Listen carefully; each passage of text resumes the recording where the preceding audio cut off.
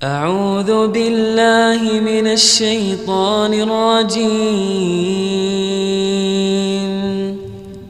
بسم الله الرحمن الرحيم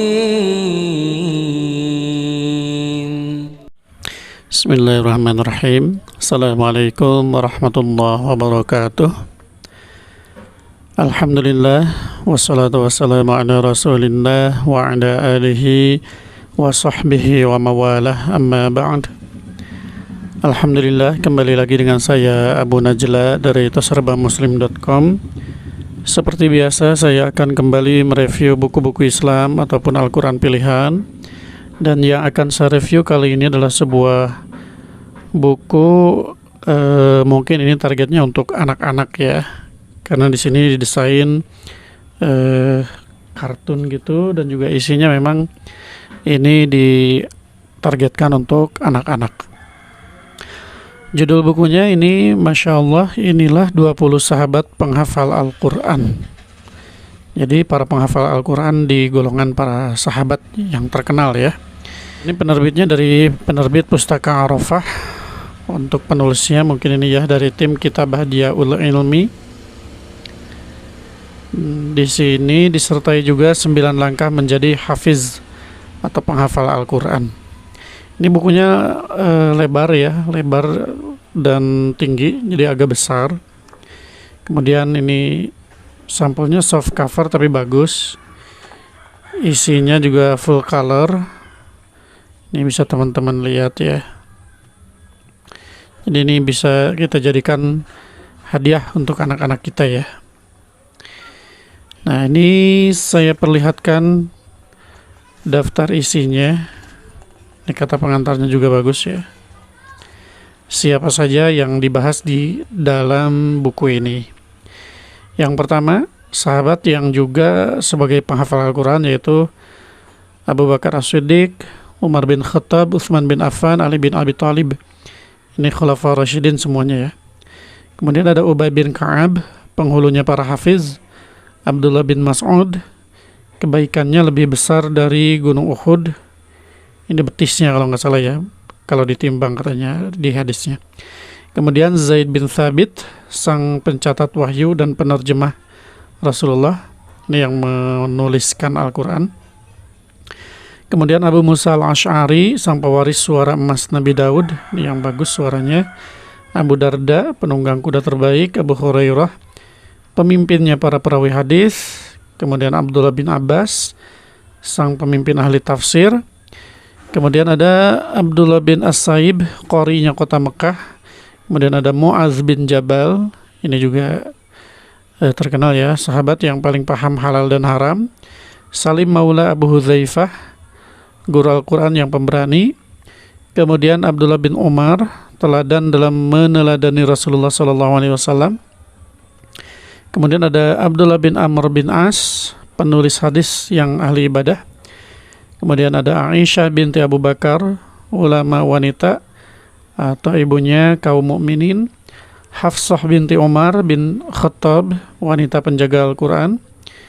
Uqbah bin Amir, imamnya ahli qiraah. Ummu Hisham, hafizah yang gemar belajar Islam.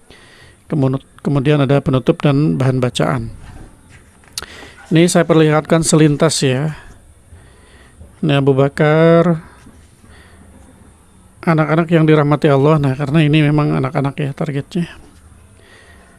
Diceritakan, tapi ceritanya singkat. Kemudian ada poin-poin penting yang disimpan di sini ya. Di sini Abu Bakar As-Siddiq radhiyallahu an adalah sahabat yang menemani Rasulullah SAW di dalam gua ketika hijrah ke Madinah. Ini kisahnya memang tidak lengkap sih ya, karena ini sedikit. Tapi untuk anak-anak ya lumayan lah ya. Jadi nambah pengetahuan mereka yang dasar-dasarnya. Kemudian tadi coba kita lihat Ubay bin Ka'ab ya. Ubay bin Ka'ab. Nah, ini sosok sahabat penghafal Al-Quran ini merupakan Sayyidul Qura, penghulunya para penghafal Al-Quran. Ini yang ditunjuk Umar untuk jadi imam tarawih ya, Ubay bin Ka'ab. nama lengkapnya. Kemudian Rasulullah sering memanggilnya dengan panggilan Abu Al-Munzir atau Abul Munzir. Kalau Umar biasanya memanggilnya dengan Abu Tufail. Ini Ubay bin Ka'ab adalah sahabat yang paling bagus bacaan Al-Qur'annya.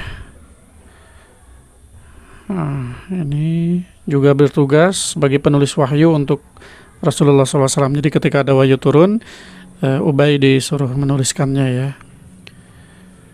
Kemudian, Anas bin Malik berkata, saat Rasulullah SAW wafat, tidak ada yang hafal seluruh Al-Quran kecuali 4 orang, yaitu Abu Darda, Muadz bin Jabal, Zaid bin Thabit, dan Abu Zaid. Ini beda lagi ya, bukan yang ini. Dan ilmunya juga luas. Kemudian, di akhir cerita biasanya suka ada menghafal sesuai target atau apalah ya. Tentukan target tadi ya. Modal awal mudah menghafal. Ini yang disertai 19 langkah menjadi hafiz ya. Jadi ada tambahan seperti itunya. Ini disarikan dari nasihat Syekh Ali Jabir Allahu Yarham. Ini juga Abdullah bin Mas'ud. Ini juga salah satu sahabat ahli Quran ya. Bahkan Rasulullah sering menyuruh Abdullah bin Mas'ud untuk membacakan untuk beliau ya.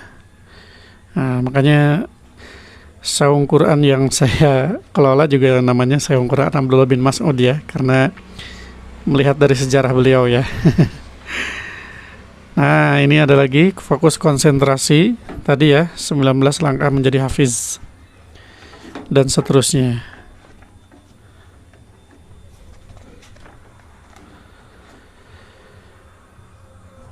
Ya kurang lebih seperti itu ya. Jadi ini cocok untuk anak-anak. Selain dari tampilannya, ceritanya juga tidak terlalu berat, tidak terlalu panjang, lebar ya. Karena memang beda ya kalau anak-anak sama kita orang dewasa. Mungkin kalau buat orang dewasa ini sangat-sangat tidak memuaskan karena ceritanya sangat sedikit ya. Tapi kalau untuk anak-anak ya cukup lah ya, karena mereka kan masih kecil. Di ilmu-ilmu atau sejarah secara umumnya mereka faham, insya Allah itu sangat baik untuk mereka. Mereka juga tidak bosan ya membaca satu tokoh gitu ya. Tapi ini ada banyak. Juga disertai gambar-gambar yang full color sehingga mata mereka tidak bosan ya dengan melihat tulisan terus gitu ya. Jadi sekali lagi ini sangat saya rekomendasikan untuk Bapak Ibu yang punya anak-anak yang lagi belajar baca misalnya kelas TK ataupun kelas 1-2 ya. Ini sangat cocok sekalian latihan membaca tapi bermanfaat, menambah wawasan mereka. Jadi kalau kancil gitu misalnya ya, dongeng si kancil, terus dongeng harimau, gajah dan lain sebagainya kan itu memang sih ada pesan moral ya, cuman kan itu kan fiksi ya, dongeng asli. Kalau ini kan sejarah gitu ya. Jadi ini insya Allah lebih bermanfaat dibandingkan dongeng fiksi biasa yang suka ada di sekolahan gitu biasanya ya. Baik teman-teman, mungkin itu saja yang bisa saya share untuk video kali ini.